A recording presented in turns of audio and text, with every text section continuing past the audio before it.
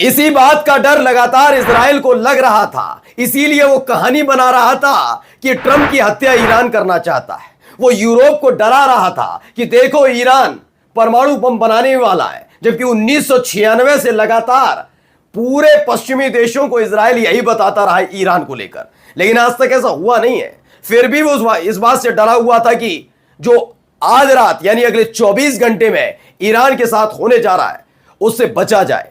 लेकिन अब वो सारी घड़ियां खत्म हो चुकी हैं। अगले 24 घंटे इजराइल पर भारी पड़ने वाले हैं, क्योंकि हमला जो होना शुरू हुआ है उसकी तस्वीरें आने लगी हैं। वो खबरें आपको दिखाऊंगा, कितना भीषण हमला। बात सिर्फ हमले की नहीं है, वहां खुद अपने ही देश में गृह युद्ध छिड़ गया है। पहले ही एक मंत्री को सड़क पर घसीट लिया गया, सवाल पूछे गए, और अब सेना के एक बड़े अधिकारी ने खुल्लम खुल्ला कह दिया कि ये मृत्यु दंड से कम नहीं है। जिस जगह पर तुम चल पड़े हो ये सब का सब ऐसा ही है। यानी ईरान पर हमला करना इजराइल की सबसे बड़ी गलती है, यह उनकी अपनी सेना का भी मानना है।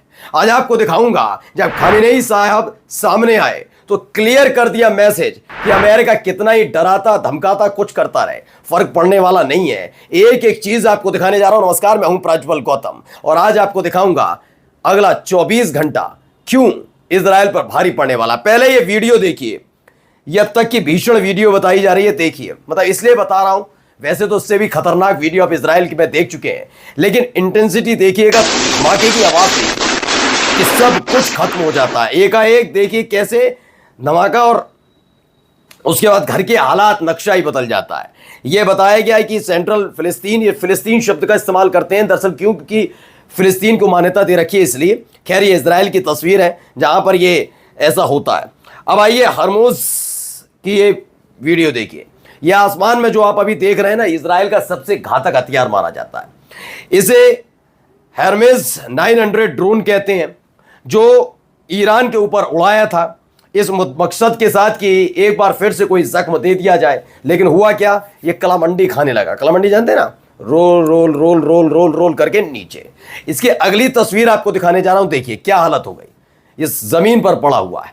दरअसल ये इजराइल का सबसे घातक ड्रोन माना जाता है। ईरान पर जो पहला हमला इजराइल ने किया था जब तकरीबन 6 दिन पहले, उसके बाद तो 5 दिन हो ही गई, ईरान ही कर रहा है, इजराइल क्या कर पा रहा है। तो वो जो हमला किया था वो हमला इसी से किया था और इसी पर उसे गुमान था। अब हालत देखिए कैसी हो गई है। अब आपको कुछ और महत्वपूर्ण खबरें दिखाने जा रहा हूं, पहले इस चेहरे को जरा गौर से देखिए। यह है कर्नल नेथन मैककॉर्मैक।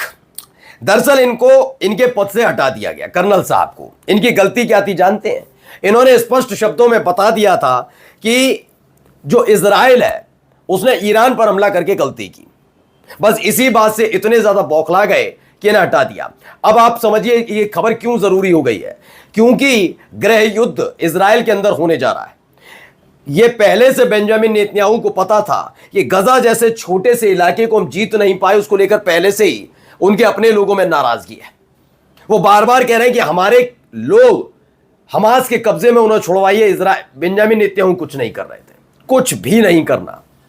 यह पिछले 20 महीनों की कहानी है। अब इस हमले के बाद यह गुस्सा और फूट पड़ा है। अभी हाल ही में उनके मंत्री को घसीट लिया था सड़क पर। अब देखिए खुद उनकी फौज इस बात के लिए कह रही कि इजराइल की सबसे बड़ी गलती रही। पहले तो आप गजा पर, आप लेबनान पर, आप यमन पर हमला करते रहे। इस बात को लेकर वहां तो आतंकी संगठन बताते रहे, लड़ाका संगठन को, यह कहकर कि वो तो आतंकी संगठन है। अब ईरान का क्या करिएगा? ईरान का क्या करिएगा? ईरान तो देश है और देश पर पहला हमला आपने किया, इजराइल ने पहला अटैक किया। मैं कह रहा हूं फिर इजराइल को यह लगा कि जैसे ही हम परमाणु केंद्रों का जो उसका है ना न्यूक्लियर वेपन्स वाला, वहां अटैक करेंगे, अमेरिका आएगा, शाबाशी देगा और उसके बाद बल्ले बल्ले हो जाएगी। फिर मैं बहुत सारी मिसाइल दागूंगा, अमेरिका और देगा, फिर मैं और दागूंगा, ईरान खत्म करूंगा और पूरी दुनिया में मेरा नाम हो जाएगा। पड़ गए लेने के देने। अमेरिका ने तो पैर पीछे खींच लिए। हालत यह है। आगे और खबर दिखाता हूं। अली खामेनेई साहब सामने आए हैं, जिन्हें बहुत ढूंढने की बात कही जा रही थी। ये क्या कहते हैं मैं पढ़कर बताता हूं एक एक इनके बयान को। अली खामेनेई साहब आए, ईरान के सर्वोच्च नेता हैं। इन्होंने भाषण दिया, उसमें कहा किसी भी अमेरिकी हमले का जो परिणाम होगा, अंजाम होगा, वो बहुत ज़्यादा गंभीर होगा, भयानक होगा, ज़बरदस्त होगा, ये ध्यान रखिए। और बताया इजराइल को लेकर कहा उन्होंने बहुत बड़ी गलती कर दी है और जो उन्होंने गलती की है ईरान पर हमला करके, उसका परिणाम उन्हें भुगतना होगा, उसका दंड उन्हें भुगतना होगा, पनिश किया जाएगा उन्हें। इस पर भी लिखा कि ईरान पर यह युद्ध थोपा गया है, हम इसका विरोध करते हैं और शांति, थोपी गई शांति का भी दृढ़ता से विरोध करेगा। उन्होंने क्या कहा, पढ़िए कितनी बड़ी बात है। उन्होंने कहा जो ईरान पर युद्ध थोपा गया हम इसका भी विरोध करते हैं, लेकिन अब इस युद्ध के बाद ये अभी हम पे हमला किया और अब हमला कर रहे हैं, तो अब कहा जा रहा है शांत हो जाओ शांत हो जाओ, तो हम इसका भी विरोध करते हैं। उन्होंने कहा ये राष्ट्र ईरान किसी के सामने झुकने वाला नहीं है। ये बयान ऐसे वक्त में आया जब लगातार डोनाल्ड ट्रंप अपनी अपनी कहानियां सुना रहे हैं। उन्होंने केवल बुद्धिमान लोग ही जानते हैं कि ईरान के लोगों के साथ धमकियों की भाषा का इस्तेमाल नहीं किया जा सकता। उन्होंने कहा धमकियों की भाषा का इस्तेमाल हमारे साथ मत करिएगा। ईरान ने कभी किसी धमकी के सामने नहीं झुका है। ईरान के इतिहास और लोगों से परिचित लोग धमकियों की भाषा बोलने से बेहतर जानते हैं। यही नहीं, उन्होंने कहा हमारे लोग किसी भी पार्टी के किसी भी हुक्म के आगे नहीं झुकेंगे। अमेरिकियों को समझना चाहिए कोई भी मिलिट्री इंटरवेन यानी कि मिलिट्री जो सैन्य हस्तक्षेप है वो उनको उल्टा भारी नुकसान पहुंचाएगा। उन्हें पता होना चाहिए कि ईरान आत्मसमर्पण नहीं करेगा। हम क्या करेंगे, किसी भी अमेरिकी हमले के परिणाम बेहद गंभीर होंगे। यानी इजराइल के लिए नहीं, अमेरिका के लिए कहती है तमीज में रहना।